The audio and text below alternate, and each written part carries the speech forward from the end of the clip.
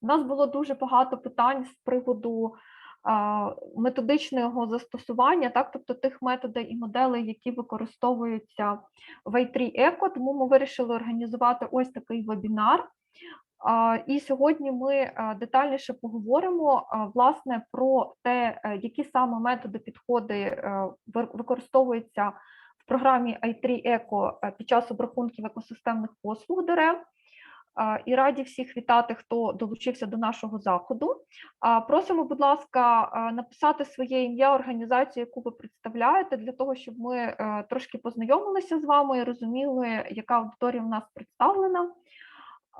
Так, зараз я з вашого дозволу прочитаю, хто до нас доєднується із чату. До нас приєднується місто Ужгород, громадська організація «Форза».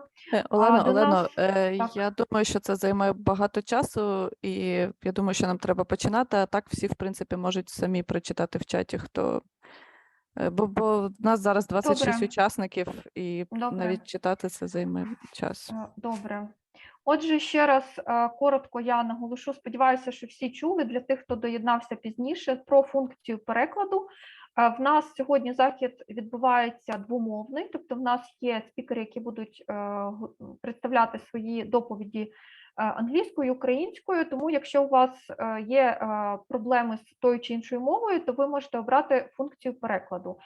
Знизу на контрольній панелі у вас є ось така кнопка Interpretation, переклад, в залежності від того, яку мову ви використовуєте в Zoom, і там ви можете обрати мову або українську, або англійську.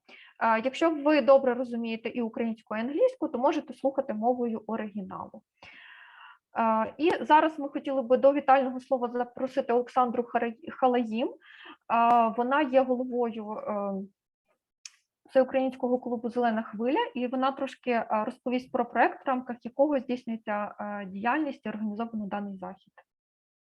Дякую, Олена, за можливість привітати учасників цього наукового вебінару. Але перш за все я б хотіла представити команду нашу сьогодні. Якщо можеш повернутися, я буду казати, коли вигортати слайди. Отже, команда, яка представляє сьогодні Український екологічний клуб «Зелена хвиля», це я як голова організації, Дар'я, наша комунікаторка, Євгенія, наша виконавча директорка, і, власне, Олена, яка координувала організацію цього вебінару, яка є нашою дуже важливою членкинею команди проєкту, про який я зараз буду говорити. Отже, тепер про проєкт. Проєкт, в рамках якого ми робимо цей вебінар разом із нашими партнерами, і ми дуже раді сьогодні бачити представників фінансуючої організації. Він має назву «Прозора та партисипативна система інвентаризації зелених зон в Україні». І цей проект має коротку назву Itree for UA. Він реалізується на всеукраїнському рівні, наскільки це можливо за поточної ситуації, для того, щоб ми могли адаптувати інструмент Itree Eco для використання в усіх громадах України. Ми почали цей проєкт в вересні 2021 року, і в тому вигляді, який він має зараз, ми його закінчуємо наприкінці 2022 року, але сподіваємось, що ми матимемо змогу продовжити реалізацію цього проєкту і в наступних роках. І мета цього проєкту, якщо можна, я сама буду казати, коли переключати слайд, Олено, переключи мені назад. Мета цього проєкту – це забезпечити повну функціональність інструменту Itree Eco, про який трохи буде згодом сказано, і для того, щоб ми могли оцінювати екосистемні послуги наших зелених зон в наших громадах України в одиницях виміру і в грошовому вимірі для адвокації важливості дерев в населених пунктах і поза межами населених пунктів. І цей проєкт фінансується Державним агентством лісовим агентством США.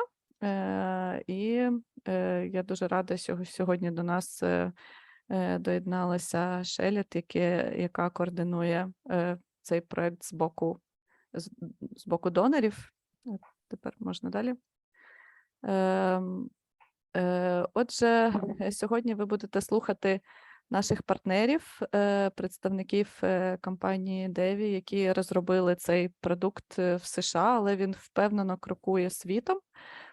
І ми дуже раді, що зараз він вже впевнено реалізується і в Україні. І в рамках цього нашого проєкту у нас є 4 пілотні громади, в яких ми проводимо пілотні інвентаризації і оцінюємо важливість зелених насаджень цих громад. Ви бачите назви громад на екрані. Вони знаходяться здебільшого в західній частині України, тому що ми проводили всеукраїнський конкурс, і ідея була, щоб ці громади представляли всю Україну, але наскільки ми всі знаємо, на превеликий жаль, наразі ми змушені трохи звузити реалізацію проєкту до тих регіонів, які є відносно безпечними для проведення активностей в рамках проєкту.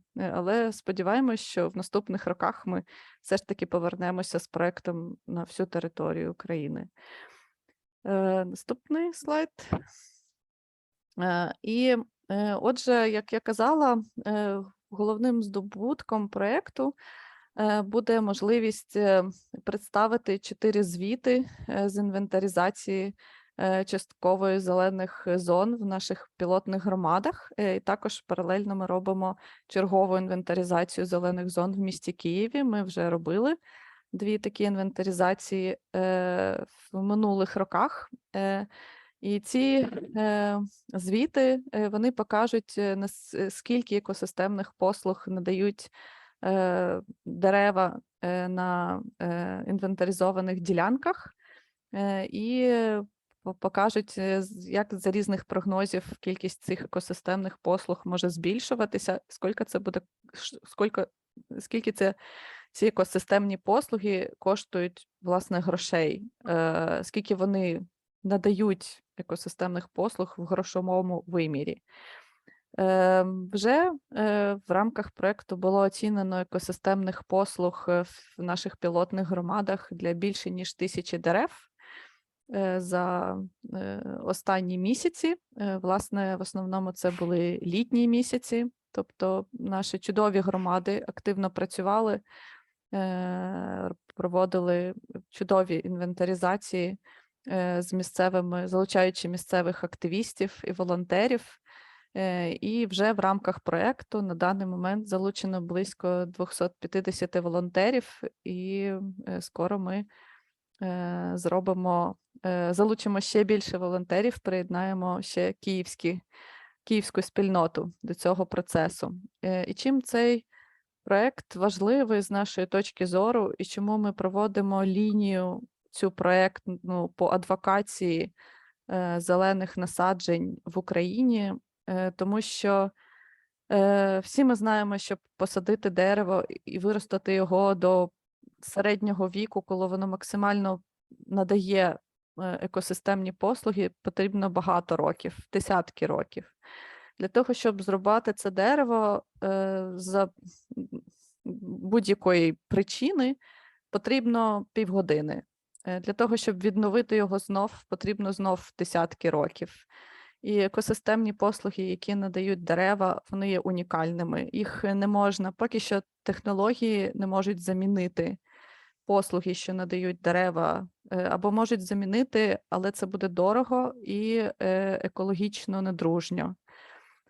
Тому ми ведемо багато років цю проєктну лінію по адвокації важливості зелених зон і будемо продовжувати це робити за будь-яких умов в Україні. І я дуже рада, що ми доросли до того моменту, що ми можемо вже починати цей діалог на рівні науковому, і що багато є питань до нас і до розробників інструменту Itree Eco саме наукових питань щодо моделювання, щодо коефіцієнтів, які використовуються в цій моделі. І це дуже мені приємно, що це актуальна тема в Україні, незважаючи на всі інші дуже нагальні і актуальні і болючі теми, які зараз піднімаються в нашій країні. Тому що дерева важливі, і вони будуть важливі завжди. І я з радістю передаю слово далі і бажаю всім нам плідної роботи на цьому вебінарі. Дякуємо, Олександрі. Зараз ми хотіли б до вітального слова запросити Шеле Цеге. Вона програмний менеджмент в лісовій службі США. Вона теж трошки розповість про цей інструмент і взагалі про програму. Dear Charlotte, can you say several words? Good day, everyone. It's really great to be here virtually. I work in the U.S. Forest Service's International Programs Office as the Ukraine Program Manager. And I wanted to thank all of you for joining this webinar. I also want to take a moment to acknowledge the challenging circumstances under which this webinar is being held with the ongoing war in Ukraine, and that we all hope for a day when peace is restored to Ukraine. I also wanted to commend Greenwave, the host of this webinar, for their ongoing work on Itree in Ukraine, both during the COVID-19 pandemic and now during the war. The U.S. Forest Service as an agency, our goal is to care for the land and serve people, and we do that both in the U.S. and globally. As part of that, we aim to sustain the health, the diversity, and productivity of forests to meet the needs of both present and future generations. Internationally, we've been supporting natural resource and emergency management capacity building projects in Ukraine since the early 2000s. And we're proud to be able to collaborate with civil society organizations like Greenwave on those projects. One such project is integrating Itree Eco in Ukraine. Itree is a state-of-the-art software that can analyze urban and rural forests and assess their benefits. And the Itree tools can help strengthen forest management and advocacy efforts by quantifying those environmental benefits that trees provide. And given the impact the war has on the environment, I believe this tool is increasingly important in Ukraine. In 2006, Itree began as a collaboration in the United States between the U.S. Forest Service and numerous cooperators, including the Davey Institute, and various Itree tools have since been adapted for use around the world. The tool, actually a suite of tools, is free and available online. International programs in the Forest Service has integrated Itree in various partner countries and cities ranging from Delhi and Colombia and Mexico to Dhaka, Vietnam, Guatemala City, and more. Greenwave, in collaboration with the Davey Institute, has been actively developing out Itree Eco in Ukraine since 2021, when this partnership formally launched with financial support from the U.S. Forest Service. As part of Greenwave's work, they have piloted Itree Eco build-out in 4 communities and are training stakeholders on its use and spreading awareness of the tool. I continue to be awed by the progress Greenwave and their partners have achieved, and I'm excited for the continuation of this partnership and the continued build-out of Itree in Ukraine. I want to once again thank Greenwave, the Davey Institute, and the numerous volunteers and organizations in Ukraine involved with collecting data on Itree. And I want to thank the 3 speakers today for joining us for what I'm sure will be an insightful webinar. Thank you. Дуже дякуємо. Thank you very much. Зараз ми перейдемо вже, власне, до змістовної частини нашого вебінару. Наша основна частина буде включати 3 основні доповіді. Ми послухаємо про оцінку екосистемних послуг за допомогою інструменту Itree, поговоримо про методики, підходи та моделі. І нам про це розповість доктор Джейсон Хеннінг. Він, власне, займається якраз дослідженням міських зелених зон. Далі ми послухаємо про підходи, які щодо застосування і впровадження інструменту Itree у різних країнах. Про це нам розповість біологічний спеціаліст лісової служби США Alexis Ellis. І потім ми послухаємо про стан інвентаризації зелених насаджень в Україні, перспективи оцінювання їх екосистемних послуг. Про це нам розповість професор Дмитро Бідолах із Бережанського коледжу. Зараз дозвольте запросити до доповіді доктора Джейсона Хеннінга. Зараз я згортаю свою презентацію.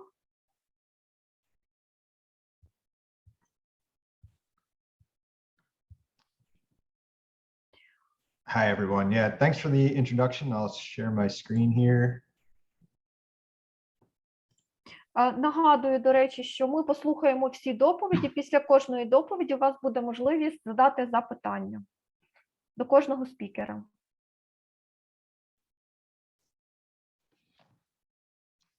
Great. Yeah, thanks. And great to see everyone today. I think I met Alexandra, I think it was 4 years ago here in the States, 4 or 5 years ago. And now to see that Itree Eco is fully available in Ukraine from that time, it may seem like a long time, but that's actually pretty fast for Itree to get a full build out.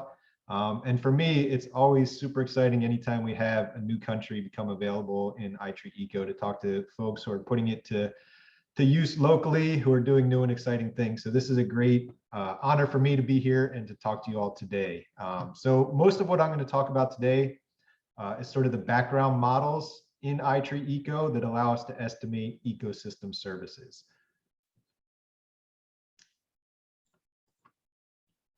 So just by way of kind of outlining what I'm going to talk about, I'll just do a brief intro to Itree. I think it sounds like most people on the call are at least a little bit familiar with it. And then I'll talk about the core ecosystem services that we estimate within Itree Eco. And that's going to be carbon, air pollution removal, stormwater uptake, and tree impacts on energy use. So just by way of introduction, what is Itree? The idea behind Itree was really that we had the US Forest Service had a bunch of urban forest research and scientists working in urban forestry areas, but they wanted to be able to get that research into the hands of users, into the hands of municipal foresters who could put it to work in better managing their forests to optimize ecosystem services. So this is really all based on public domain science. So all this stuff I'm going to talk about today is actually in peer-reviewed publications that we link to on our website. All the tools are free. I think it's a suite of tools, but we're really going to focus on Itree Eco today. But all those tools are free for anyone in the world to use. We also provide free technical support. So if you run into any trouble using Itree Eco, you can reach out to us at any time. And we're continuously improving these tools. So as new science and new research becomes available, as new computing technology becomes available, we integrate those into the tools. And how Itree really came about is there was a group of folks who wanted to bring all this science to the public, and they got together with the US Forest Service and provided some funding and this cooperative group to put the software out there. So the US Forest Service does most of the scientific research and collates a lot of the data, the scientific data that supports the models. And we at the Davey Tree Company, we're a private company. We do a lot of the software development. So we do the programming and build the user interface and provide the technical support. But really, we work very closely with the US Forest Service. I've been working with Alexis and the US Forest Service team for 10 years, ever since I started here. I talk to people at the US Forest Service, probably more than I talk to people at Davey these days. So we just work together really closely on developing and supporting these tools. The real basic kind of high level framework behind how any of the Itree tools work follows this kind of structure, function, value idea. So you go out and you measure your trees or your forest in some way. We talk about this as top down. So that would be from aerial imagery, you can measure your forest, or bottom up. And we talk about bottom up, we mean actually going out and measuring the trees on the ground, like the folks in this picture on the left, measuring things like tree species and diameter. And I'll talk a little bit more about some of those measurements in a minute. So you have to measure the structure of your trees or your forest in some way. Then we estimate the function. So once we know how big your trees are, what they're doing on the landscape, we can estimate what they're doing. If we know that a tree has a certain amount of leaf surface area and we know how much sun is coming in, then we know how much that tree is photosynthesizing. And if we know how much photosynthesis is going on, we can estimate how much carbon that tree is bringing in. So that's what we talk about when we talk about tree function. And finally, we try and put a monetary value on that function. So if we know that a tree is taking up a bunch of carbon, that it's reducing stormwater runoff, that's taking up air pollution, or that it's reducing energy use, we can put a dollar value on that. For the most part, I'm going to focus on how these things are done in the States. There are some adaptations and simplifications for how it's used overseas, and we can talk a little bit about that as well. But everything starts with how it functions in the US, and then we sort of adapt it to work outside the US. So it's useful to keep in mind this kind of model of measuring the structure and estimating the function and trying to put a monetary value on it as I talk about the ecosystem services. And just by way of mentioning the other tools, and since this is a suite of tools, we do have 3 tools that work internationally and that would work in Ukraine right now. One of them is a super simple tool called MyTree. MyTree you can use on your cell phone. We often use it with students in what we call high schools or middle schools here. To estimate trees, you very quickly can put in a tree near where you live on a school campus and get ecosystem service estimates on your phone in just a couple of minutes. And if you're interested in that, it's just mytree.itreetools.org. We also have a tool called Itree Canopy, which allows you to estimate tree canopy cover. And that's one of those top-down assessments and the ecosystem services it provides. But lastly, I'm going to talk about Itree Eco. We're going to focus on Itree Eco today. And it's a great place to start because Itree Eco is really the engine that drives all those other tools. So once you have Itree Eco adapted in your country, it allows us to localize the estimates of all those other tools. So everything that goes into Itree Eco, that's where all our science goes first. That's where all the estimates start, and they eventually make it into our other tools. So we'll focus on Itree Eco today. And I'm just going to talk about those 4 core ecosystem services. So the ecosystem services that Itree estimates, one is carbon dioxide, either storage, so that's how much is stored in your standing trees, and sequestration, how much we take up each year or over a period of time. Oh, sorry, pressed the wrong direction. Another one of those core ecosystem services is energy. So if a tree is shading your house in the summer, if you have to use air conditioning, it may reduce your reliance on air conditioning. Trees can also act as a windbreak in the winter, so they can reduce your heating costs in the winter as well. And we can estimate those impacts with Itree. We also estimate stormwater runoff. So anytime we can keep stormwater from contributing to flooding or contributing to polluting waterways, we can estimate how the trees contribute to that. It can be through transpiration or evaporation, and we'll talk about some of those as we get into more of the details. And the other core ecosystem service that we estimate across all of the Itree tools is tree impact on air quality. We focus on criterion pollutants from the Environmental Protection Agency here in the US.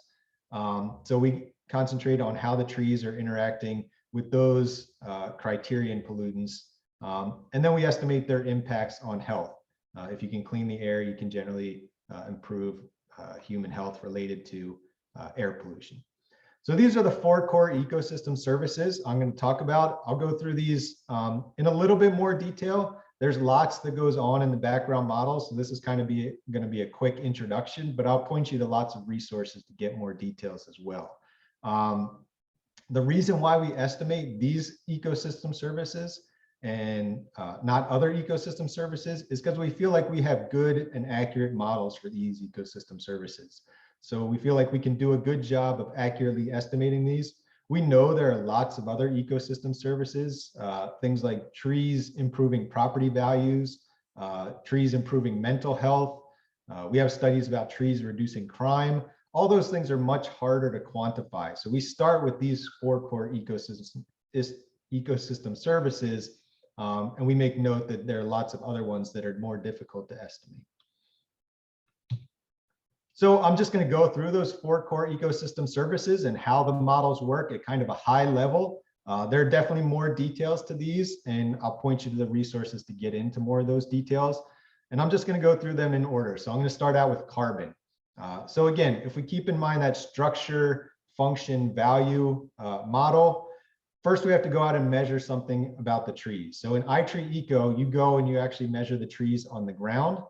And as far as what feeds into the carbon models, we need to measure the tree species.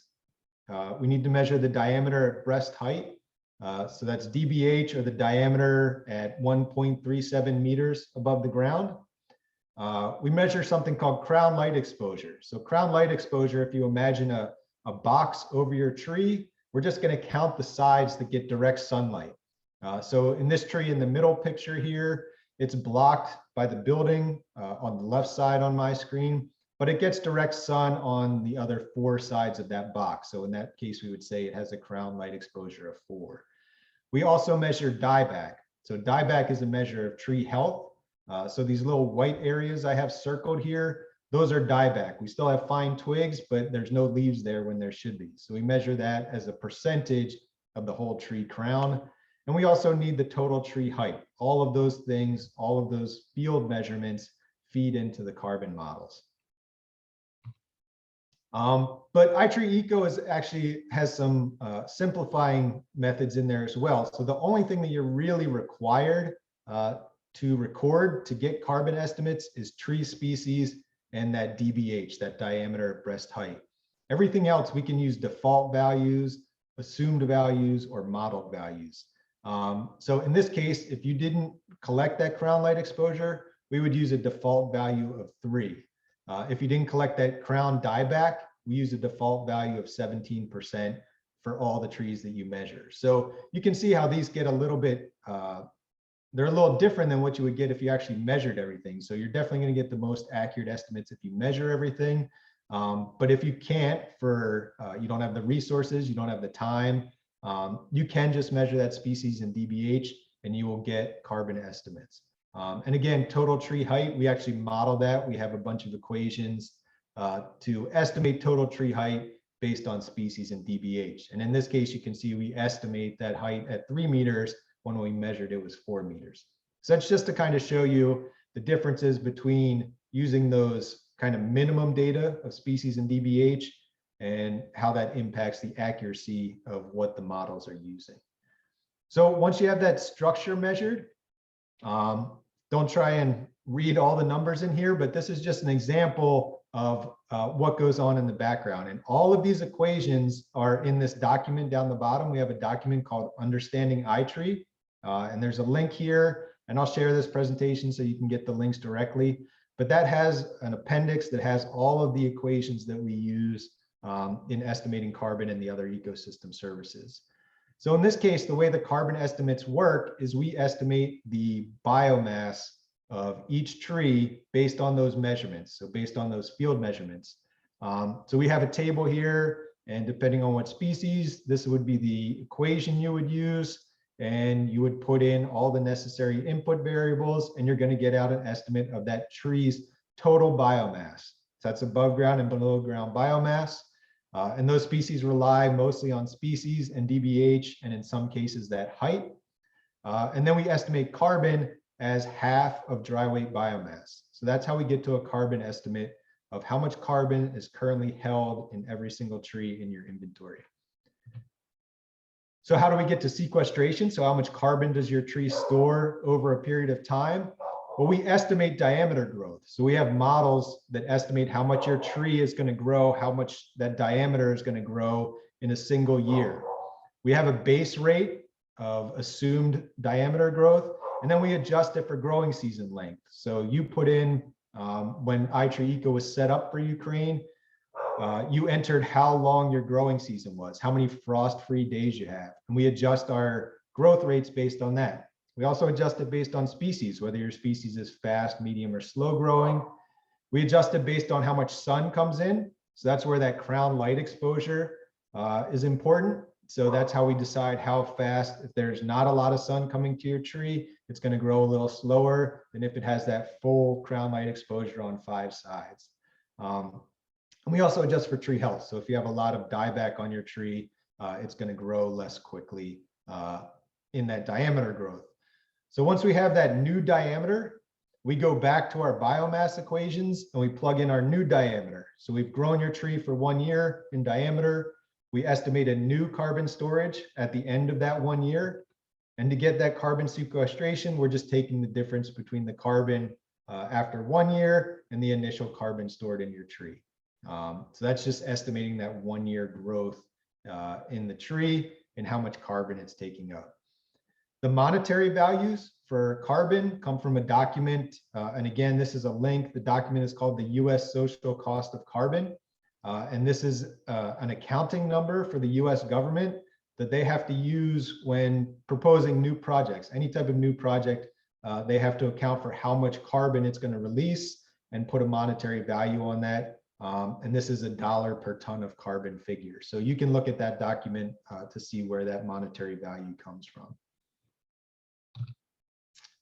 So the next ecosystem service is air pollution removal. So air pollution removal has essentially a completely different model developed by different scientists. So the way this works, again, we have to measure something about the structure. With the air pollution model and also with the stormwater model, what we're really trying to get at is how much leaf surface area the tree has. Because it's really that leaf surface area that interacts with the air pollution, with the pollution in the air, and also interacts with rainfall and stormwater. So to estimate that leaf surface area, we have to measure a few things around the tree's crown. So we measure how wide that crown is in east-west and north-south directions. We measure where the base of the crown is, and we measure the total tree height. So now we have some boundaries within which our tree crown lies. And again, we can go back to those simple things of just having DBH and species and let Itree fill in the rest. But if you measure all these parameters, you're going to get a more accurate estimate of that tree crown size.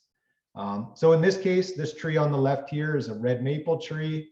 And we can just plug in that DBH into one of our height equations, and we can get an estimate of the height of that tree. Once we have all these parameters, we're going to estimate kind of the crown volume. And then we have equations that go from that estimate of the crown volume to getting a leaf surface area. So this is a general equation that we apply to all trees, and it uses the tree height, that crown width or crown diameter. We have leaf density equations. So different trees are going to have different densities of leaves within their crown, or different species of trees. So we adjust based on that. And we also get an estimate of the crown surface area based on these measurements as well. So all that feeds into an estimate of leaf surface area. So this is again where we're getting an estimate of the structure of that tree. For air pollution and stormwater, what we're trying to get at is the total leaf area of each tree. In this case, for this 46 centimeter diameter red maple, sorry, it's hidden under here, but I think it's in the range of 500 square meters of leaf surface area total for that tree. And we do this for all the trees in your inventory. So it's 543 square meters. And again, that's going to be for that single tree. We're going to go ahead and estimate that for every tree in the inventory. So once we have that leaf surface area, what we use is a process-based model to estimate the air pollution removed by those leaves. So we have local weather data throughout Ukraine and throughout everywhere that Itree Eco works. We have local weather data that includes things like wind speed and sunlight and rainfall and humidity. All of those impact air pollution removal. So how quickly the wind blows is going to impact how quickly particulate matter is deposited on leaves and how quickly it is blown off. Rainfall is going to impact how quickly we wash things like particulate matter out of the system off of leaf surfaces. We also have local hourly pollution data. So when Itree Eco was built out for Ukraine, one of the things that you had to provide was hourly pollution data. And this feeds into the models here. And all of that interacts with that leaf surface area. at every single hour. So this is hourly data. Every hour we estimate how much air pollution is interacting with that leaf surface area for the entire calendar year. And we include things like leaf on and off dates. So if you have deciduous trees, obviously they're not going to have leaves on during the winter, so they're not going to be doing as much air pollution removal. Evergreen trees can do more air pollution removal throughout the entire year. So again, this is just a broad picture, but that's how the air pollution model works roughly. And how we go from that model to monetary values. In the US, we use a system provided by the Environmental Protection Agency called BENMAP. And essentially it takes that change in air pollution associated with your trees, and it uses some local census data. So that's the human population. So how many people are exposed to that cleaner air, and also their age distribution. So older people may have more breathing problems. Younger people may have more incidences of asthma. So we have that whole distribution of human demographics, and we estimate how the cleaner air impacts their health. So again, we have local census data around human populations, and this is again how it works in the US. We have adaptations to estimate that outside the US as well, and I think maybe Alexis can probably speak to that better than I can. And from there, again, we estimate these health outcomes. So things like reduced asthma incidences, reduced hospital admissions, and we put a dollar value on all of those. So that's how we come up with a monetary value for air pollution removal. So it's a pretty complex model. There's multiple steps. We're actually doing that process of air pollution removal based on the leaf surface area, and we're translating that air pollution removed into impacts on human health and ultimately the monetary costs of that. So, and I know I'm getting short on time here. I want to keep going through the last two benefits. Stormwater, the model, the inputs to the model are exactly the same as the inputs for air pollution removal. Because again, we're trying to get to that leaf surface area. So that's that same structure, is we're trying to estimate leaf surface area. But again, we've got a really complex process-based model. We have an actual entire whole other software package called Itree Hydro that we use to estimate the hydrology benefits. And it includes all sorts of inputs. Again, weather and precipitation, hourly precipitation provided by you all is another important input to that. And it estimates storage in all sorts of ways, storage on leaf surfaces, underground storage, and also how these water is going to evaporate off of leaf surfaces, ground surfaces, and how it's going to be pulled out of the groundwater through evapotranspiration. So there's lots that goes on in there. And again, it's estimated at every single hour. And really, when we talk about these leaf area models, we combine the leaf area of all of your trees together. And we estimate these models at that hourly time step for all of your leaf area combined. So then to get back to individual tree estimates, we just separate, in this case, how much avoided runoff we have total for all of your trees. We assign it to individual trees based on their percentage of that total leaf area. So if your tree is 1% of your total city's leaf area, it's going to provide 1% of those stormwater benefits. So that's the stormwater model. I just have one slide on it, but again, we have lots and lots of documentation to help support using that model and understanding where those numbers come from.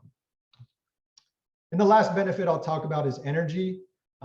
Again, we have to measure the structure. In this case, you only get energy benefits for trees that are within 18 meters of a residential structure or house. So it's the same inputs. You're required to measure species and DBH. If you don't have DBH, we can get you, I'm sorry, if you don't have total height, we can get you that from diameter. But again, it's going to be more accurate if you measure those. We also measure things, in this case, we need crown missing. So crown missing, all you do is imagine kind of an idealized shape for your tree crown. In this case, I have another red maple, and we kind of imagine an oval around there. This has lost a couple big branches, so it's got about a 25% of its crown is missing in 3 dimensions. And the last thing that you have to measure if you want energy effects is the distance and direction from your tree to the nearest building.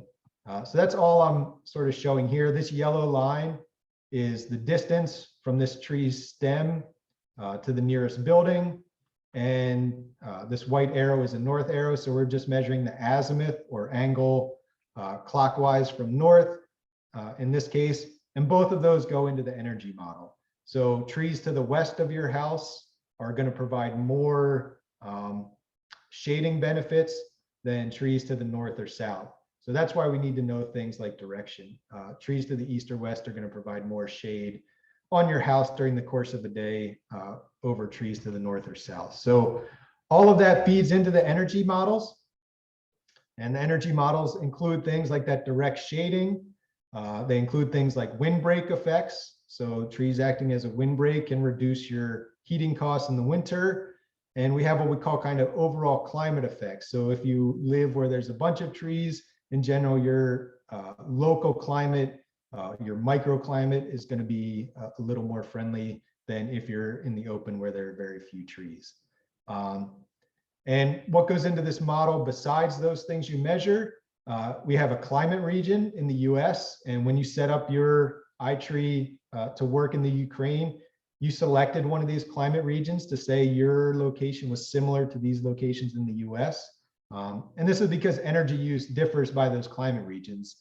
You know, if you're in the South in Florida, you probably don't have to worry about heat hardly at all here in the States. But if you're in the North, if you're in somewhere like Minnesota, you probably have to worry about heat, and heat is going to be the majority of your energy impacts by trees.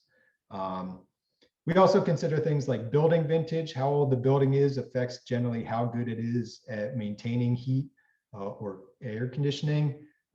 We also consider the tree size, whether or not your tree is deciduous or evergreen, the total nearby canopy cover, and again, that distance and direction to building. So all of these things are actually already calculated within the background of Itree Eco.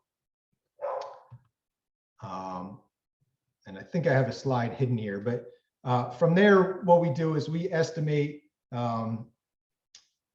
locally, wherever you are, what the energy prices are and how much of that energy comes from carbon polluting sources. So again, we have models that estimate the monetary values locally. You can also input the monetary values. So if you know the local cost of heating fuel, you can put that into Itree Eco and you'll get more localized values than if you use the US assumptions. And so just lastly, again, I went through all these ecosystem services really fast. But I'll point you to where you can get more information. And just a few key points on this. This is really, all these models are based on research from dozens of different researchers, and we have over 100 publications. We have a very long list of all the publications.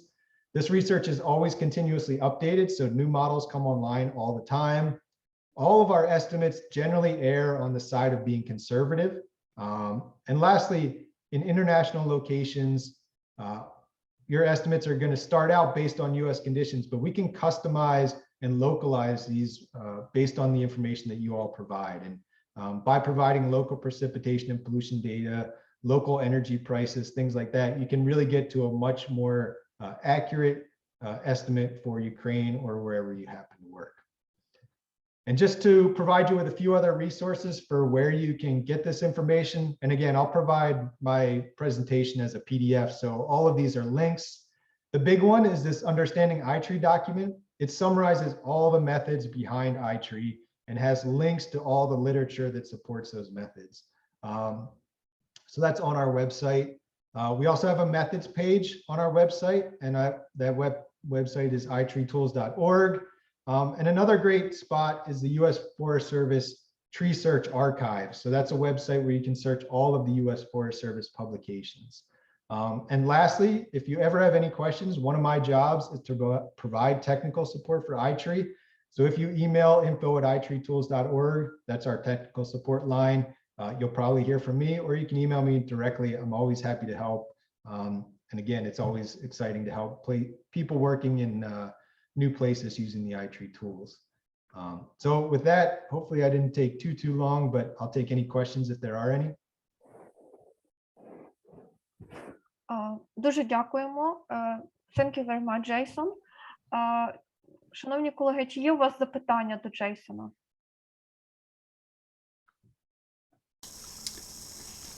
Можна задавати... Так. Dear Jason, can I ask you, how do you use the results of estimating of ecosystem services in your state? Do you have some compensation from state, or how do you use the results? Just for information, or you have some comeback, you know? Right. Yeah, it depends. In some cases, here in the States, the federal government provides grant programs. So they provide money to local municipalities. And in many cases, in order to get that money, you have to report your results. And lots of those require Itree results. So we actually have a tool in the States that's a little easier to use that's called Itree planting. And if you live in the state of California, if the state gives you money to plant trees, you have to report your results in Itree planting. So it's used in that way as sort of an accounting tool, but lots of times it is just used at a higher level to say, our urban forest in our city is providing ecosystem services, so we need more funding. So lots of times it's used in that way to ask for more funding.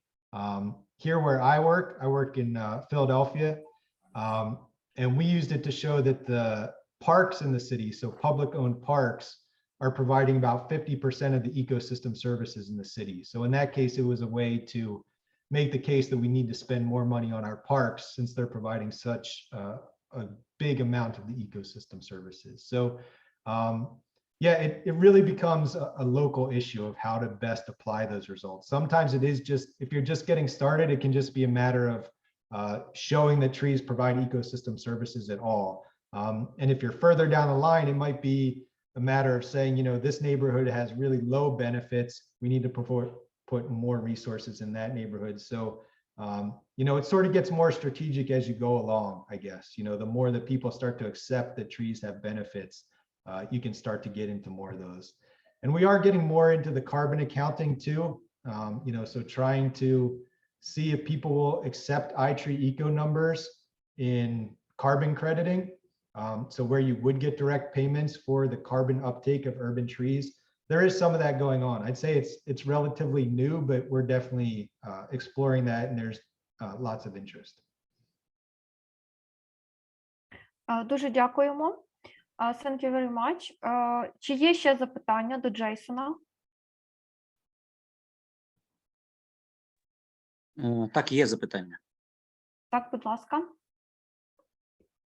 Доброго дня, мене звуть Євген. Я представляю Національний екологічний центр України. Запитання у мене таке: чи є у вас інструменти для автоматизації збору даних?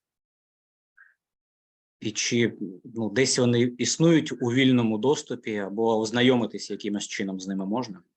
Автоматизації яких саме даних? Збору даних, параметри дерев. Угу. Тобто висоти, діаметру? Всіх. Всіх.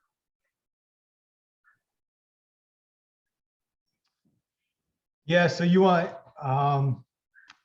so if I understand your question correctly, you want a way to automatically measure those, or do you want just a way to automatically enter the data? Автоматично вимірювати.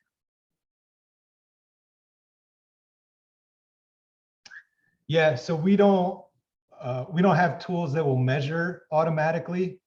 We do have a mobile data collector, so you can collect the data and enter it on a mobile phone and automatically import it into your Itree project from the field, including collecting things like tree location.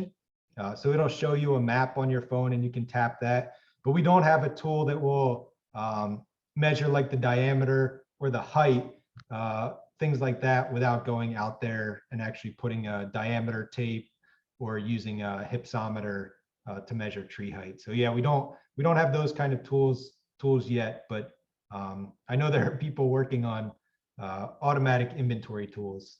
So I guess I'll say the other thing that we do have is that if you have data already, you can import it into Itree Eco. So if you have a spreadsheet of tree species and diameter, you can import that into Itree Eco and get ecosystem service results.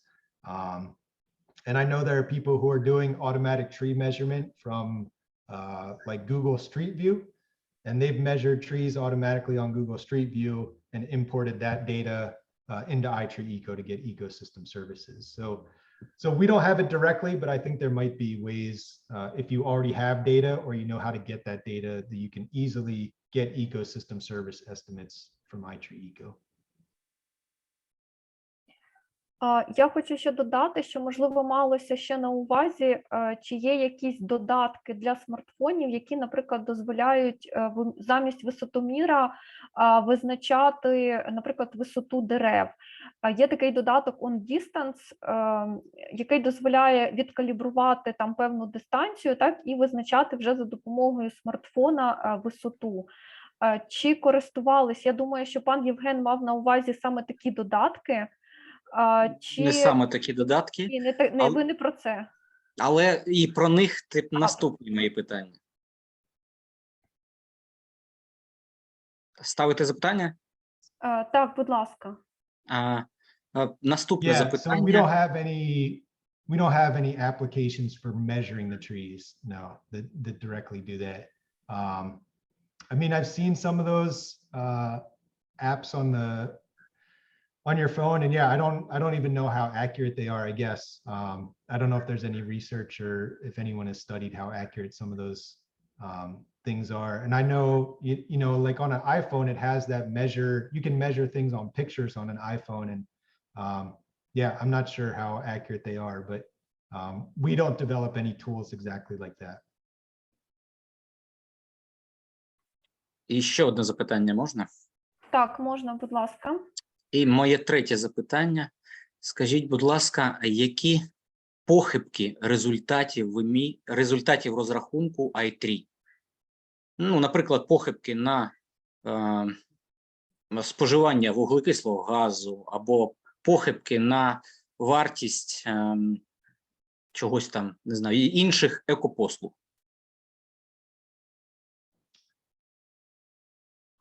Yeah, so it really depends on which ecosystem service you're talking about. I think the carbon ecosystem services are well validated. So anytime they're used elsewhere in the world, people come up with accurate estimates. So we have some researchers in Korea who have applied Itree Eco, and they get similar carbon estimates that we get with Itree Eco using their own models. So the ecosystem service models, carbon is accurate and well validated against US Forest Service research and science. The monetary values, you know, it almost depends on who you ask. I would say the carbon may differ, you know, the value we use in the US may be different from the value you use in Ukraine, but in Itree Eco, you can enter your own monetary values. So the monetary value is really as accurate as whatever numbers you're able to find. The other ecosystem services, things like stormwater, we're currently validating some of the stormwater models, and what we find is that we're a little conservative over what hydrologists get. So other hydrologic models were a little more conservative about the tree contributions. I'm not as sure about the pollution or the energy. I don't know if Alexis has any insight into any of that research, but I'd say the carbon is definitely the most accurate of the models we have. And then the other ones, it just depends on the processes and where you're located and how much data you provide into them. We do have some research into what we call sensitivity analysis, and some of those are on the website if you really want to dig into the details of how accurate those models are. Дуже дякуємо. Thank you very much, Jason. Чи є ще якісь запитання до Джейсона?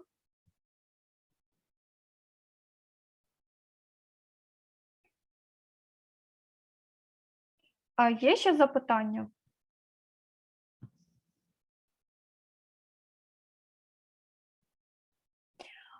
Добре, дуже вам дякуємо за запитання.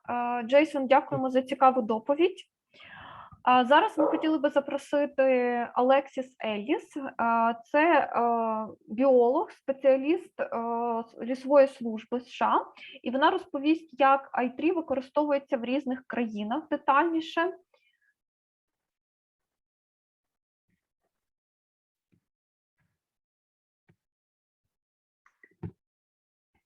Thank you very much for having me today. I'm very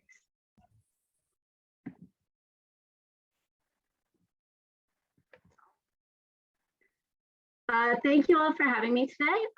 My name is Alexis Ellis, and I'm a biological scientist with the US Forest Service.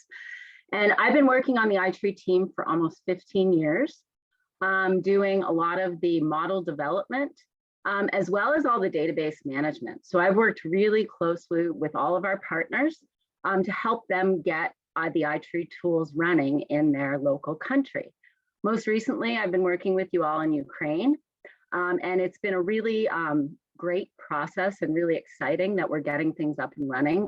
There are always hiccups and, you know, new data that we need and adjustments to the data, but I think thus far it's been really successful. And I'm excited to continue the partnership and continue the growth of the tools beyond Itree Eco into Ukraine. So today I'm going to talk to you a little bit about how to improve the accuracy of the results in your country, as well as to increase the functionality of the tools and apply those tools locally. So Itree currently has 510,000 users in over 170 countries. And this number has really grown due to the fact we've done a lot of work to increase our partnerships globally.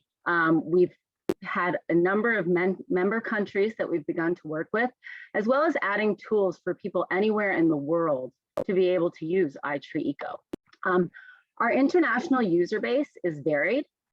You know, we've always had governments, consultants, students, NGOs like yourselves, but as we've kind of developed the models and improved those partnerships, we also are able to have utility companies, homeowners, public parks and gardens, other people like that able to use our tools. So as Jason mentioned, we have our member countries, and these are established partnerships that are funded. And what they do is they allow us to be able to run the tools anywhere in the country, along with customizing the results specifically to your country. So this is the list of our current partner countries. And we are continuing to increase that list. So we're speaking to people in other countries around the globe to be able to get this functionality in Itree Eco. So just a little information about what data inputs we've used and what data we need in order to have this, the data work all across your country. So in the case of Ukraine, we needed location data for each administrative division. So we were provided with information at the oblast, rayon, and teromad level, and we use boundary data. So we use GIS boundary data. Associated with that, obviously, name, elevation, population. Frost-free period is very important because that's going to help define the tree growth, mean minimum temperature as well, and then these climate indices, which are going to help us determine ozone, albedo, as well as those energy climate regions we discussed previously. So at the very minimum, if we have this data nationally, we are able to run Itree Eco for your entire country. However, there are other means to improve those results and improve the accuracy of these results. So we always ask for species data. We have a database of over 9,000 species. However, there are many more species out there. So if you go out in the field and you don't have your species is not in our database, we need that information so we can process that data for you. So we do ask for people to submit their species data. We need basic information about the genus and the species, as well as growth rate, because that's going to determine the growth rate of the tree so we can forecast and determine your sequestration, as well as other information about the tree so we can better analyze the structure. Optionally, you can provide us with additional information that's going to improve upon the results and add to the reporting, the robust reporting in the tool. So information about native status, invasive status, whether the species is threatened or endangered, as well as pest risk information. Obviously, pests are having a big impact on our species. So having that information for your local species is going to be very valuable. Just as a note, we also encourage people to update the data. So if you see something that is incorrect or isn't relevant in your country, because of the vary, you can provide us with that information so that we can make sure our species database is always updated and is going to be the most valuable to you and your work.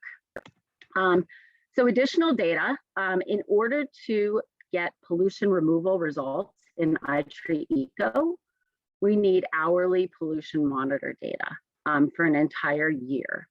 So that we request data for all of the standard pollutants that we report on: carbon monoxide, nitrogen dioxide, ozone, PM2.5, PM2.10, and sulfur dioxide.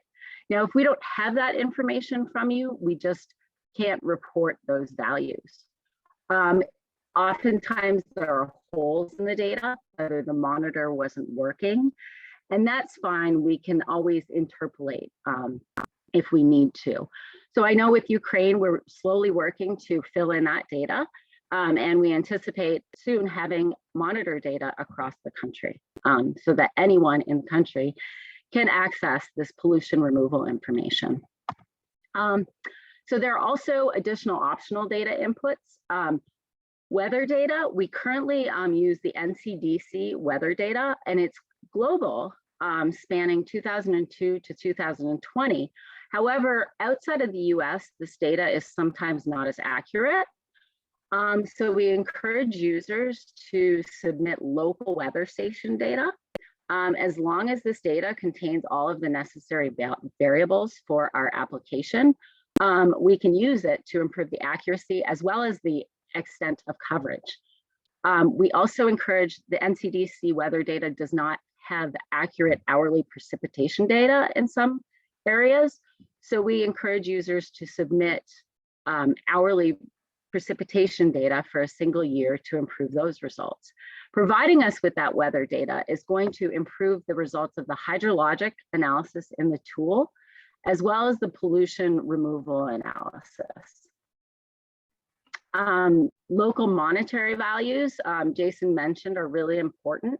Where they're not provided, we use US indices, or we allow users to input this data themselves. But if you have local monetary values across the country, it really simplifies the process for users, creates consistency, and also improves the accuracy for all of these values. So as you see, pollution, carbon, hydrology, energy costs, structural value, and then the producer price index. And that's going to allow us to adjust these values based on the PPI for your country. We have had, we've started to improve upon our carbon storage and sequestration equations to expand upon them. We currently have over 100 species-specific biomass equations for carbon estimation. We've recently added tropical equations. So sometimes carbon storage may vary not only by species, but based on location. So we've added tropical specific carbon equations. But we encourage users to submit allometric equations to us so that we can further customize these values, whether it's based on species or location. And then energy data. We currently estimate energy data based on these US climate regions. Certain variables can be adjusted based on where you are in the world. So we have building vintages. You could adjust these. You can adjust your energy costs, your emissions factors, as well as the energy use information. What are you using to heat or cool your home? If you provide us with that information, your energy analysis is going to be far more relevant in your local area. And then finally, spatial land cover data. This allows us to do some batch processing along with the pollution monitor data and the weather data. We can actually do some processing for the country. And this is going to allow us to produce benefit estimates in some of our other tools, as Jason mentioned, Itree Canopy and MyTree. And the results are going to be specific to your location, not just using US averages. So in kind of developing these partnerships and working globally, we've created a tool called Itree Database. And this allows users anywhere in the world to view the database, update the database that power all of our tools. And this is free to use. To date, we've integrated 250 locations in 55 countries. Submissions take up to 3 months for integration, but then they're fully accessible in Itree Eco. As I said, this is free to use, and we always support our users in terms of helping them get through this process. So this works for users outside of our member countries, but also within, to maybe add locations that are missing from the tool, to update the data, to add species, precipitation, and pollution. So I'll just give you a little introduction to that tool. This is the landing page. It's a web-based tool. So it's very easy to use, accessible, and it'll kind of guide you through how to search the database as well as how to submit the data. So as I said, you have the option to search our species list. So you can see what species are in the database, as well as see what variables we have associated with those species, and whether maybe you need to update some of that information. You can also search our location database to see similarly what locations we have and the associated information. So this is kind of a good starting point. Can I run Itree Eco? Does it have everything I need to run? Or do I need to add additional data? If you do, we have the option to add location data. This contains all of that basic information I talked about on that first page. You don't need a GIS boundary data in this case. You just need the administrative divisions and the associated information. Once you submit that, it's in our queue. And as I said, between 2 weeks or 3 months, depending on when it kind of comes in the process, we will get that up and running into Itree Eco. Similarly, you can add species information. We require certain variables. However, with everything, the more information you can provide, the more accurate your results are going to be coming out of the tool. We can add pollution data. You know, we don't have complete pollution data in Ukraine. So if you wanted to add additional data for locations or additional years of data, you can supply that to us. And we have a very simple hourly template for you to add the data to and for integration in the tool. And similarly, you can submit precipitation data. So you select your NCDC weather station. It's going to be tied to this location, and you can submit hourly rainfall data for integration in the tool. Again, this is going to assist with the reporting for hydrologic benefits and also your pollution removal benefits. So that's kind of an into Itree Database. And what this has done is really allowed us to expand the tool globally. We have a lot of users across the world that have taken advantage of this tool, and it's growing on a daily basis. So as I mentioned before, we also are trying to better adapt our tools globally. Itree Canopy, originally, you could run it anywhere in the world. However, the benefits were always US benefits that were converted to local currency. When you provide us with the spatial data, the land cover data, we can do these batch processes. And in doing so, your ecosystem services are going to be local. So in the Ukraine, the hope is that we can get this basic land cover data, as well as the pollution monitor data, and use the weather data that we have so that you can run Itree Canopy, and these tree benefits are going to be specific to your area of interest, whether it's your city or your community, anywhere across the country, they're going to be far more localized. This is an example Itree Canopy project. This was with Jenny Garden in Australia. And she used the tool to see what land cover areas needed the most kind of prioritization based on the level of ecosystem services in their area of interest. So there are a lot of examples of how you could apply this tool depending on where you are, depending on your interest. But this is just one short example. You can see what areas needed the most prioritization based on what ecosystem services they were receiving. Itree, we're also doing the same thing to adapt it globally. This is, the very standard mobile device. And once we do this benefit processing that I spoke about previously in Itree Canopy, similarly, you will get your customized local ecosystem service analysis.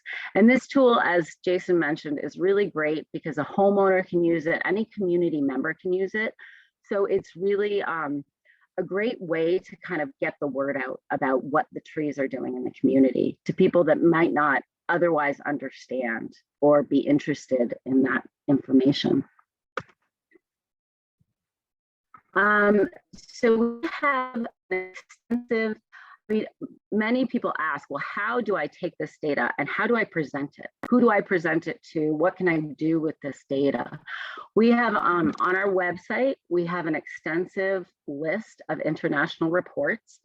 And these are published locally, and you can use them to kind of get an idea of how the data is used elsewhere and how it's being presented.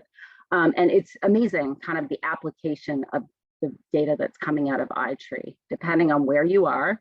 In this case, this was vulnerability of green infrastructure following hurricanes in Puerto Rico.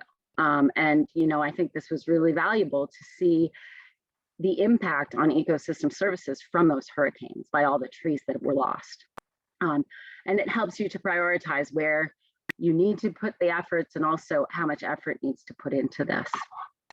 So valuable tool, it's just on our support section on our website.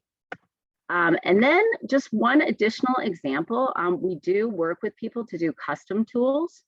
So in this case, it's all based on the underlying Itree science, but we've combined it in such a way and framed it to do what these users were asking for. So this was Highways England, and it's a break-even calculator. So they wanted to see what they needed to replant in order to receive the same ecosystem services that they were by removing these trees. And all the ecosystem service analysis in this is based on the UK data. So everything they have provided us is going to impact these results. So they had their tree growth rates, their carbon sequestration rates and valuation, all their pollution removal, monitor information, the monetary values, as well as all the weather data and the hydrologic benefits. So once we get all of that data from our partner countries, it's very easy to not only produce these tools, but make sure that the results are accurate and localized. So that is just a brief overview of how to apply eco in your country, as well as some of the examples of how other people have used the tools. I am always willing to help people through this process. So you're welcome to contact me directly. My email address is on here, and obviously Jason is also a great resource for support, our website as well. So yeah, thank you very much for your time. And I look forward to continuing this partnership and expanding upon it. So I always look to you for ideas or information about how we can continue this. Thank you. Thank you very much, Alexis. Дуже дякуємо. Будь ласка, чи є запитання до Alexis?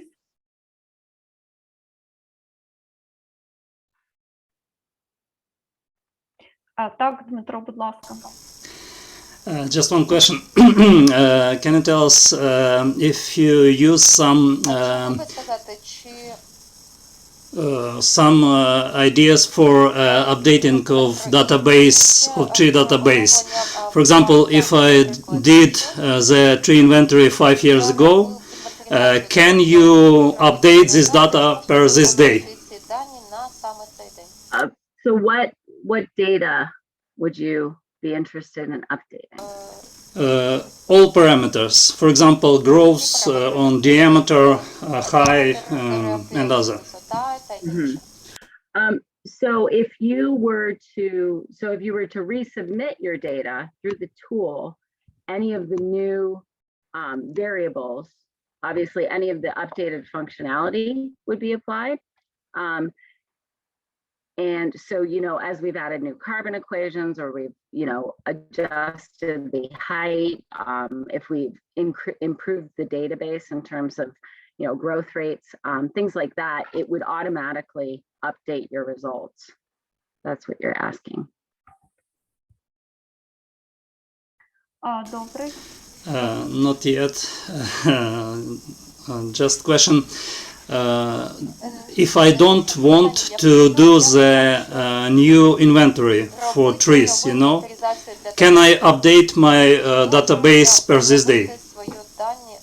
So we have a forecast functionality in Itree, and so it's an additional extension to Itree Eco.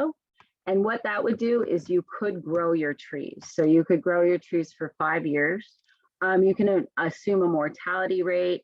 You can also input planting. If you were planning on planting a certain number of trees, you can run that tool to see how the ecosystem services would have changed in that period of time. Okay, thank you. You're welcome. Thank you very much. Дуже дякуємо. Ще запитання, будь ласка. Немає більше запитань до Алексіс? Thank you. Добре, тоді дуже дякуємо. Дякуємо, Алексіс, за доповідь цікаву. Зараз хотіли би попросити зробити свою презентацію пана професора Дмитра Бідолаха із Бережанського агротехнічного інституту.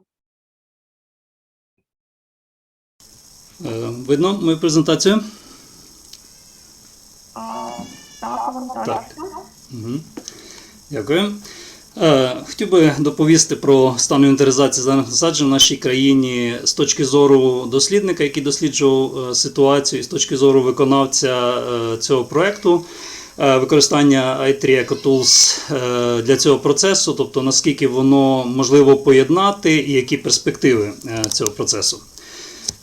Тобто, говорячи про інвентаризацію зелених насаджень, слід відзначити, що зелені насадження мають важливу роль, виконують багато функцій, які потрібно оцінити і, відповідно, виміряти параметри цих зелених насаджень для одержання точної інформації.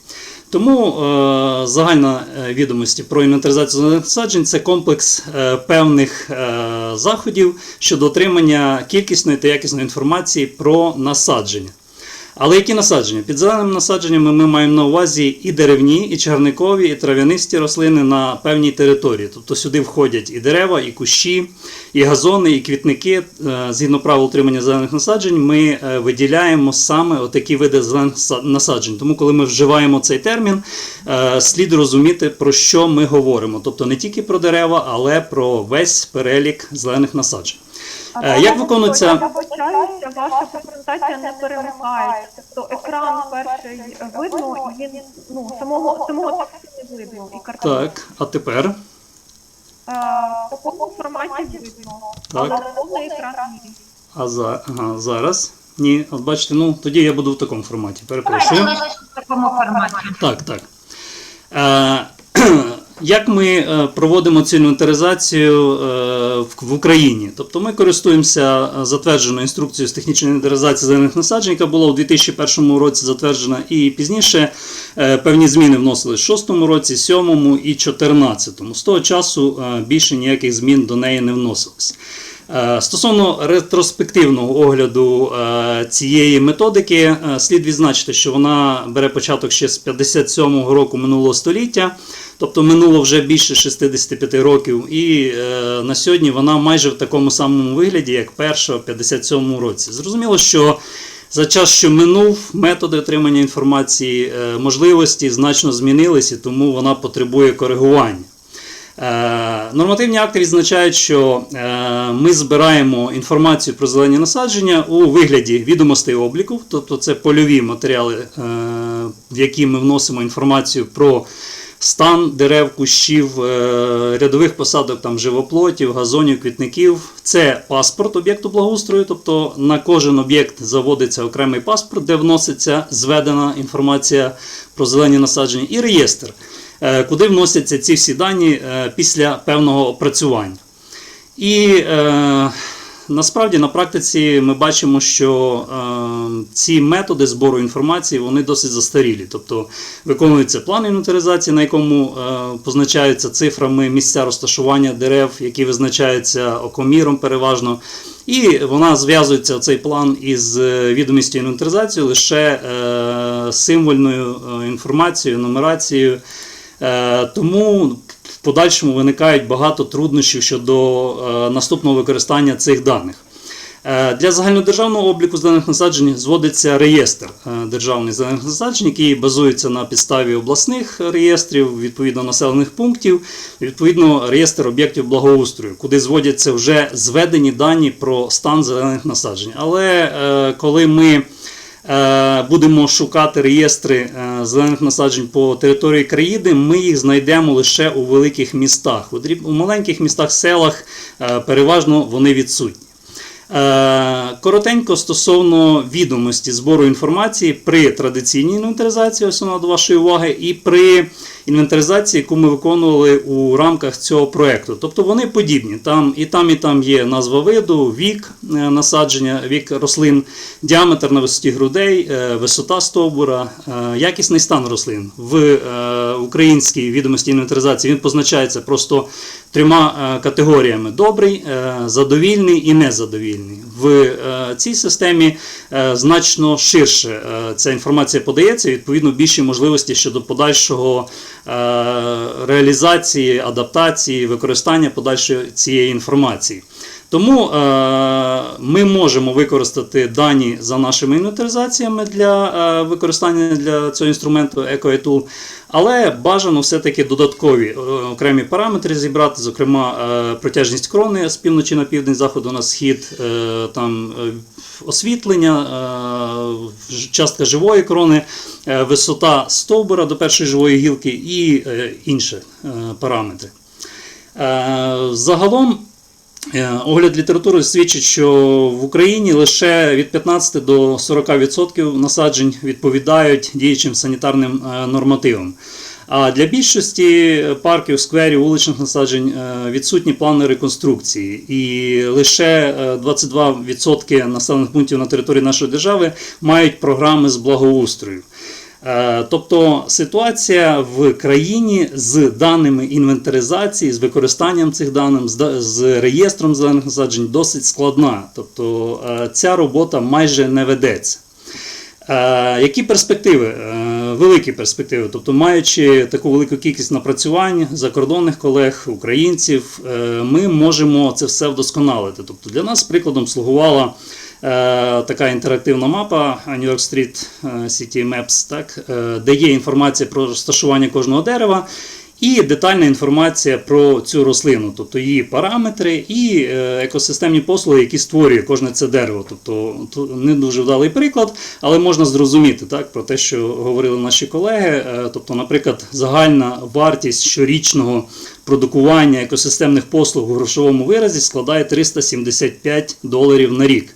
Маючи таку цифру, вже зручніше оперувати перед представниками влади, перед бажаючими зрізати ці зелені насадження, демонструючи їм вартість цих зелених насаджень. Так?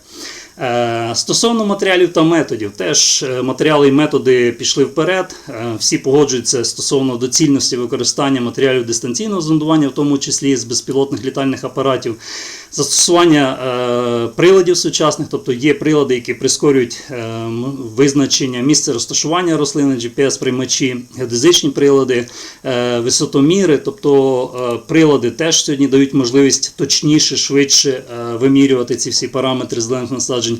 Існує перспектива розвитку також систем електронних, інформаційних систем, інформаційних для інтерпретації даних, для просторової візуалізації і так далі. Тому нами теж проводяться певні дослідження щодо удосконалення процесу інвентаризації зелених насаджень шляхом введення туди цих новітніх технологій. Яким чином? Тобто, роблячи серію знімків з квадрокоптера, поєднуючи їх в один ортофотоплан, до вашої уваги, ортофотоплан ботсаду Нобіп, наприклад, ми бачимо, що якість цих матеріалів набагато вища, ніж ті безкоштовні космічні знімки, якими ми часто користуємося з мережі інтернет. Тобто, такий ортофотоплан дає можливість побачити кожне деревце, і навіть більше скажу, кожну квіточку, яка не прикрита, там кожен камінець, тобто це вже зовсім інша якість матеріалів. Далі використання GPS дає можливість встановити місце розташування кожного дерева. До вашої уваги приклад ортофотоплану з нанесенням кожного дерева. Якщо ви придивитесь, ви побачите, що місця розташування дерев не відповідають їхньому дійсному місцеположенню. Чому? Тому що точність GPS-приймачів, вона коливається. Може бути, якщо це з РТК-системою, там і 2, і 6 см, хоча під наметом дерев і метр, і 1,5. Якщо це звичайний GPS-приймач, то це точність 2-6 метрів заявлених, а буває і до 20 метрів похибку дає. Тому вони потребують коригування для хорошої візуалізації, тому ми це робимо в геоінформаційній системі, тобто місце розташування кожного дерева виправляємо, виходячи із знімку з квадрокоптера.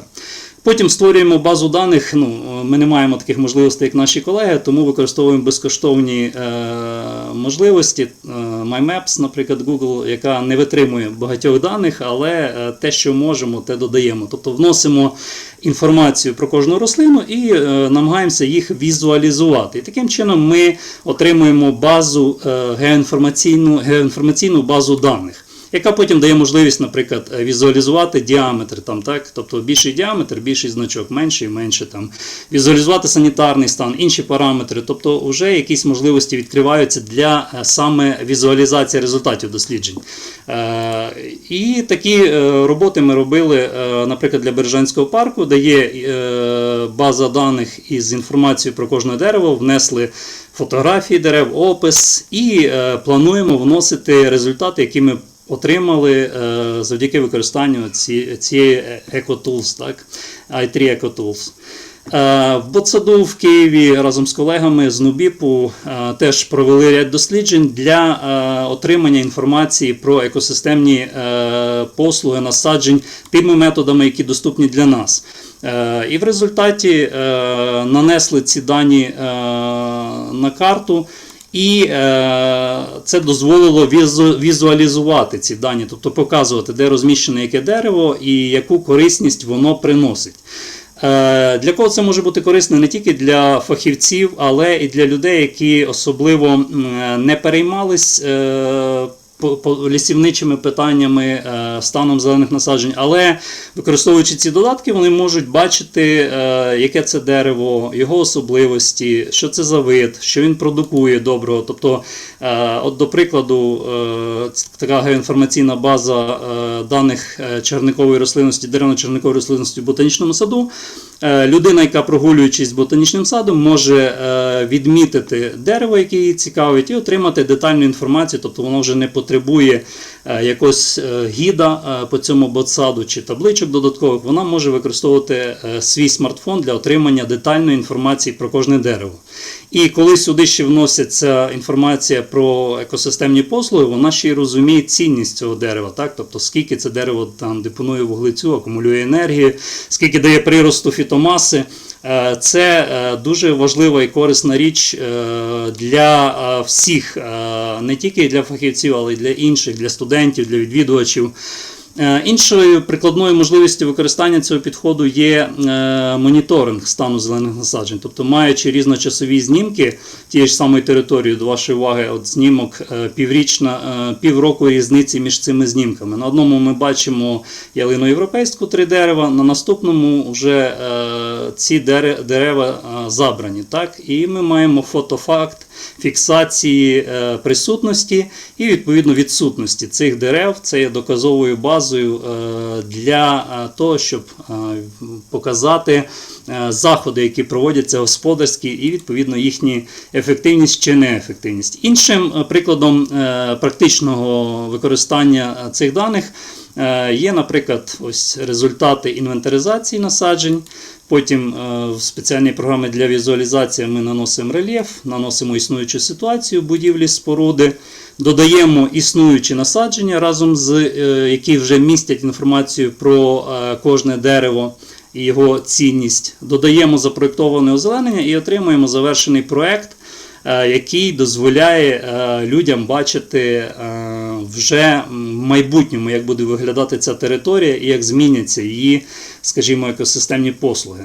Нами запропоновано взагалі для України така електронна система упорядкування зелених насаджень, розроблена її концепція, тобто це повинна бути єдина база, в яку вносяться дані за результатами інвентаризації зелених насаджень в різних частинах нашої країни, яка дає змогу оновлюватись, моніторити насадження, тобто великі можливості. Проте для реалізації цієї системи, звісно, потрібні великі ресурси. Іншими можливостями, які ми пропонуємо для вдосконалення процесу, це є різні патенти на корисні моделі, які ми отримали, проводячи ці дослідження, розуміючи необхідність покращення окремих процедур визначення параметрів дерев. Для прикладу, визначення висоти. Ми розуміємо, ті, хто виконували ці роботи, розуміємо складність визначення висоти. Так? Тобто, наприклад, не маючи спеціального обладнання, так як виникало питання мобільний додаток для визначення висоти. Так? Я проводив дослідження, пізніше, можливо, оприлюдню детальніше, але скажу, що великі похибки. Навіть інструменту. Тобто, яким чином ми перевіряли? Ми прийшли на лісосіку, де планувалась вирубка деревостану, і виміряли висоту дерев різними способами, і потім після зрубування дерев виміряли їх наземним способом за допомогою мірної рулетки. І отримали інформацію про точність кожного методу. Одне скажу, що найточнішим методом виявилось використання безпілотного літального апарату. Коли ми фіксуємо нуль-момент, тобто основу дерева, піднімаємо коптер вгору, бачачи чітко добре вершину дерева в об'єктиві камери, і таким чином результати були найточніші. Тобто ми можемо пропонувати такий підхід за умови незагущеного насадження для підвищення точності визначення висоти дерева. І сподіваємося, що за результатами нашого цього дослідження ми також продемонструємо точність визначення висот. Ми розуміємо, що ця інвентаризація, яка проводилась в рамках цього проєкту, це була громадська інвентаризація, де залучались люди-волонтери, які більшість з них не мала попереднього досвіду виконання таких робіт. Тому практичний досвід показує, що був ряд похибок, ряд відхилень, але приємно, що сама система, вона бракує ці похибки. Тобто одразу, якщо система бачить невідповідність, вона не дозволяє внести ці дані, і це приємно. Тобто, вносячи ці дані, було приємно, що вона вибраковує недобрі результати. Інший підхід, який ми пропонуємо, це визначення, тобто ми знаємо, як ми міряли протяжність крони з півночі на південь, з заходу на схід. Взагалі наші методи таксації рекомендують в 8 взаємоперпендикулярних напрямках міряти радіус. Але от на знімку ми можемо мати не тільки радіус крони, але взагалі її конфігурацію, тобто і мати набагато точніше інформацію про саму площу крони. Тобто це теж один із методів, який може покращити якість виконання цих робіт. Звісно, тривалість виконання робіт в окремих випадках збільшується, але відповідно збільшується точність. Інший спосіб для визначення зімкнутості насадження, тобто визначаючи ці вікна, прогалини, теж можна за цим методом виконувати. Можна використовувати ці методи для визначення розрахунку балансу території, тобто площа, яка зайнята деревами, газонами, доріжками і так далі. Можна використовувати для визначення стану газонів. Наприклад, в Києві ми за результатами ортофотозйомки, вірніше зйомки з квадрокоптера, ми визначали якість і стан газонів, класифікуючи їх за різним станом. Тобто за цими дистанційними методами це щодо можливості автоматизації проведення робіт. Взагалі перспективним методом є використання тривимірного сканування наземного чи повітряного. Це окреме питання, яке потребує подальшого дослідження. На жаль, на сьогодні ми не маємо таких широких можливостей. Сподіваємося, в майбутньому зможемо і ці дослідження теж приєднати для покращення інвентаризації зелених насаджень. Коротенько зупинимося на результатах досліджень саме у рамках цього проєкту, цього гранту, який ми виконували. Тобто ми провели інвентаризацію, вимір параметрів 758 дерев на 11 об'єктах в межах Бережанської територіальної громади. Це одна з громад, яка перемогла в цьому гранті. Внесли ці параметри до програми, теж більшість параметрів, тобто це тривалий процес, і отримали вже перші звіти, досить цікаві звіти, окремі результати ми маємо запитання, це теж в особистих, тоді будемо вирішувати ці питання свої, але в цілому досить цікаві дані. Подобається дуже якість самого додатку, тобто висока якість, змістовність інформації, деталізація, тобто різні форми звітів, по-різному інтерпретувати ці результати досліджень, саме кількості екосистемних послуг і вартості. Звісно, це не всі екосистемні послуги насаджень, ми розуміємо, але та частина, яку можна поміряти і оцінити, тому що на сьогодні рекреаційну екосистемну послугу, там, естетичну, оздоровчу не завжди можна виміряти, але те, що можна, досить цікаво отримали ці результати. Що вважаємо за перспективним для подальшого дослідження? Тобто хотілося б отримати ще більше корисностей рослин, тобто я в ході доповіді зрозумів, чому ми не отримали ряд параметрів, там енергетичні, збереження енергії там, і інші параметри через невнесення, непроведення окремих вимірів, які не були заплановані в межах цього гранту, і невнесення певних параметрів. Було б цікаво отримати більшу кількість інформації. Наступне, чи можна отримати інформацію щодо відновної вартості рослин? Ми розуміємо, що у нас в країні важливим показником є відновна вартість рослин, тобто це вартість компенсації втрат, які зазнає екосистема від вилучення певної рослини. Припустимо, зрізали дерево, так? Тобто це вартість самого дерева, це вартість тих екосистемних послуг, які ми втратимо, і це витрати, які ми закладемо на відновлення цих екосистемних послуг.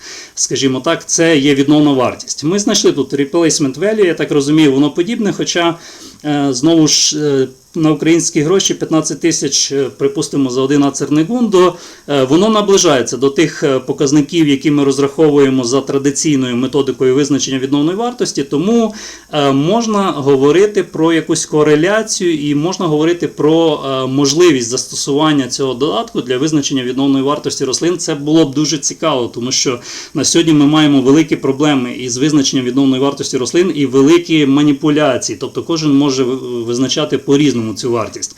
Наступне питання – можливість застосування інструментарію для оцінки СП екосистемних послуг інших видів зелених насаджень, наприклад, для газонів.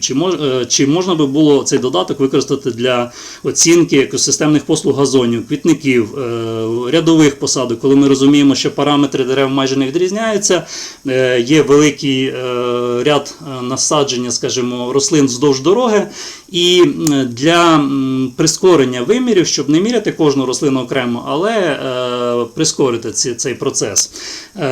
Слабкі сторони визначити важливо цього процесу виконання робіт. Тобто, я, опрацьовуючи ці результати, бачу окремий суб'єктивізм, тобто є різні бригади, вже залежить від того, яка бригада виконувала роботу. Є люди, які виконували, припустимо, одне дерево 2 рази вимірювали різними людьми. Тобто одна волонтерська група пройшла, а інша взяла це ж дерево. І, скажімо так, відрізнялись результати вимірювань, тобто ми розуміємо, що суб'єктивізм впливає на ці результати вимірювання, тому ми розуміємо, що це громадська інвентаризація, тут високих вимог не ставимо, але вважаємо, що для наукових досліджень, для точних даних все-таки потрібно більш фахових виконавців цих робіт. Адаптація цієї методики до умов України. Ми вже сьогодні чули, тобто ця методика адаптовується до умов різних держав, і ми розуміємо, тобто сюди вводяться параметри саме цієї місцевості, використовуються погодні дані, використовуються вартісні параметри, там вартість електроенергії і так далі. Тобто досить цікаві підходи, тобто це дає можливість адаптувати результати в певній мірі для нашої держави, але вважаємо, що потрібні подальші дослідження і хотіли би теж в цьому напрямку далі працювати.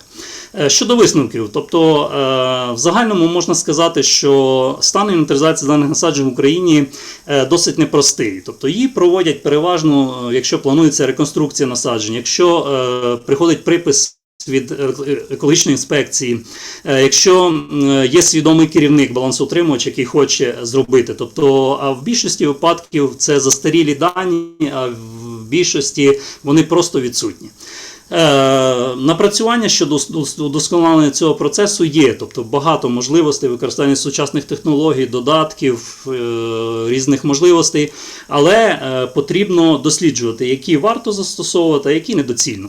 Одним із таких є Itree, його вже тобто є багато досліджень на цю тему, тривалий час використовують, і нам потрібно більше приділяти увагу і визначитись із його особливостями. Вважаємо, що цей інструмент є на сьогоднішній день одним із найкращих саме для стандартизації, прискорення і автоматизації отримання інформації саме про частину екосистемних послуг. І вважаємо, що в процесі проведення цих робіт, які ми виконували протягом літа і продовжуємо виконувати, пройшла певна адаптація, була можливість це відчути зсередини цей процес. І вважаємо, що досить корисно було і зробили певні висновки і сподіваємось на подальший розвиток саме цієї справи і хотілося б, щоб воно запрацювало не тільки на локальному рівні, але і на загальнодержавному. Було б дуже приємно, якщо б ми могли залучити цей інструмент для загальнодержавної інвентаризації зелених насаджень України. Дякую за увагу.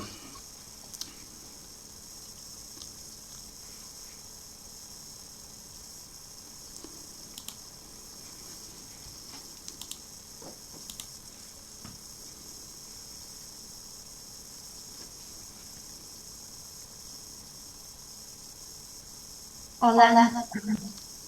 Дуже дякуємо, пане Дмитро. Чи є запитання? Чи є запитання до доповідача? Можна запитання поставити? Так, звичайно. Пане Дмитро, насправді дуже цікаво, як ви використовували дрони для вимірювань своїх. Ви там показали ваші патенти. Хотілося б почитати, що ви все ж таки зробили. Де можна взяти інформацію про ваші здобутки або щось таке, посилання кудись там? Дякую за запитання. Тобто я виконую дисертаційне дослідження на цю тему, там більш глибше, ширше це все описано. Я вам особисто можу надати посилання або надати в чат. Тобто, будь ласка, або в кінці є контакти, можете написати, поділюсь з вами цими напрацюваннями. Добре, я напишу, да. Я скопіював вже контакти ваші. Я одразу невелике зауваження. Ми завжди працювали своєю командою тільки на зменшення часу вимірювання. Це був наш основний параметр, оскільки ми підрахували, скільки часу необхідно для вимірювання зелених насаджень Києва, і зрозуміли, що це процес нескінченний фактично. Дуже Дякую. дякую. Його потрібно розпочинати, він нескінченний, якщо не бачити його кінця. Для людей, які розпочинають, тобто в західному регіоні поступово, ми з 2016 року поступово опрацьовували окремі об'єкти і на сьогодні маємо досить велику базу. І стосовно зменшення часу на виконання цих, звісно, цей інструментарій, він дозволяє значно прискорити виконання робіт. Якщо спочатку ми виконували визначення місць розташування дерев розбивкою сітки, так, на квадрати, виходячи із цього, визначали місце розташування дерев, брали фахівців, які візуально виставляли, потім я вносив це в програму, і ці дерева були за межею взагалі території, тобто були великі проблеми, то на сьогоднішній день ці вже процеси досить відпрацьовані, і ми під час інвентаризації за день, наприклад, 600-800 дерев опрацьовуємо, бригадою 5 чоловік.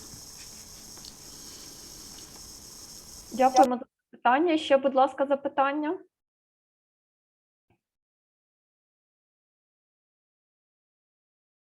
Немає більше запитань?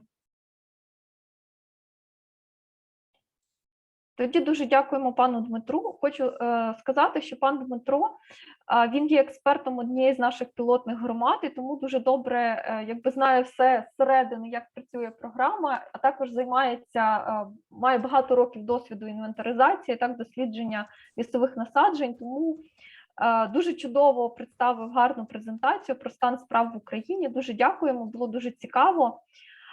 Можливо, в когось іще якісь є запитання? Запитань немає. Я пропоную всім зробити загальне фото і вімкнути камеру на секундочку, якщо ви не проти. Давайте це зробимо. На згадку. Вмикайтесь, вмикайтесь. Всі дуже гарні. Дуже дякую. Так. Добре, частинка вимкнула камери. Добре. Євгенія, я тебе попрошу це зробити, і я це зроблю також. Можете надіслати якісь реакції? Сердечка там, не знаю.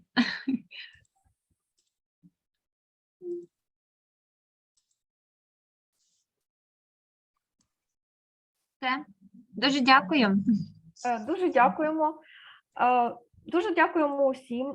Сьогодні було дуже багато цікавих доповідей, і насправді питання оцінки екосистемних послуг, вони, мабуть, є одним із найбільш проблемними взагалі в галузі екології, через те, що дійсно оцінити абсолютно всі екосистемні послуги поки що принаймні неможливо, але є дуже хороші починання в цьому напрямку.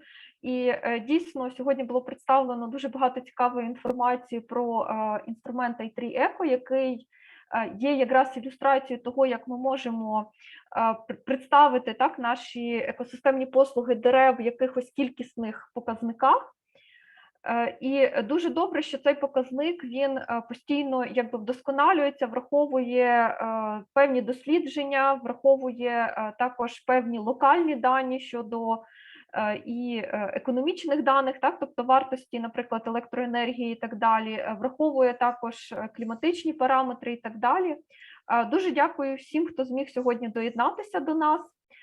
Хочу подякувати доктору Джейсону Хеннінгу, Алексіс Еліс та професору Дмитру Бідолаху за те, що знайшли час і представили дуже цікаві і ґрунтовні доповіді.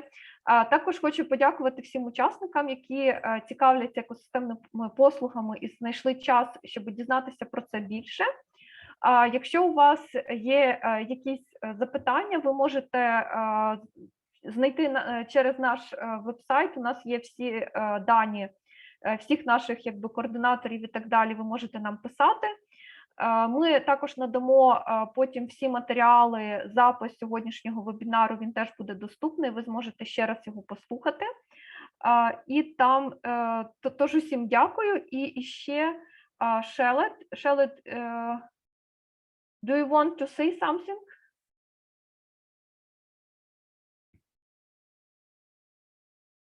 No?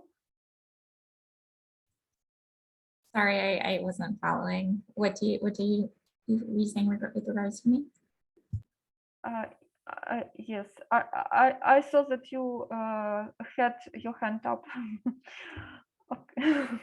It was the clap symbol. So great job, everyone. I learned a lot. Окей. Отож, всім дуже дякуємо. Дуже раді були вас бачити. Сподіваємося, ще зустрінемося. Ми, до речі, будемо проводити інвентаризацію цими днями. У нас вона була запланована на 10 вересня, але через погодні умови ми збираємося її перенести. Тож слідкуйте, будь ласка, за нашими соціальними мережами і доєднуйтеся до наших активностей. Всім ще раз дякуємо.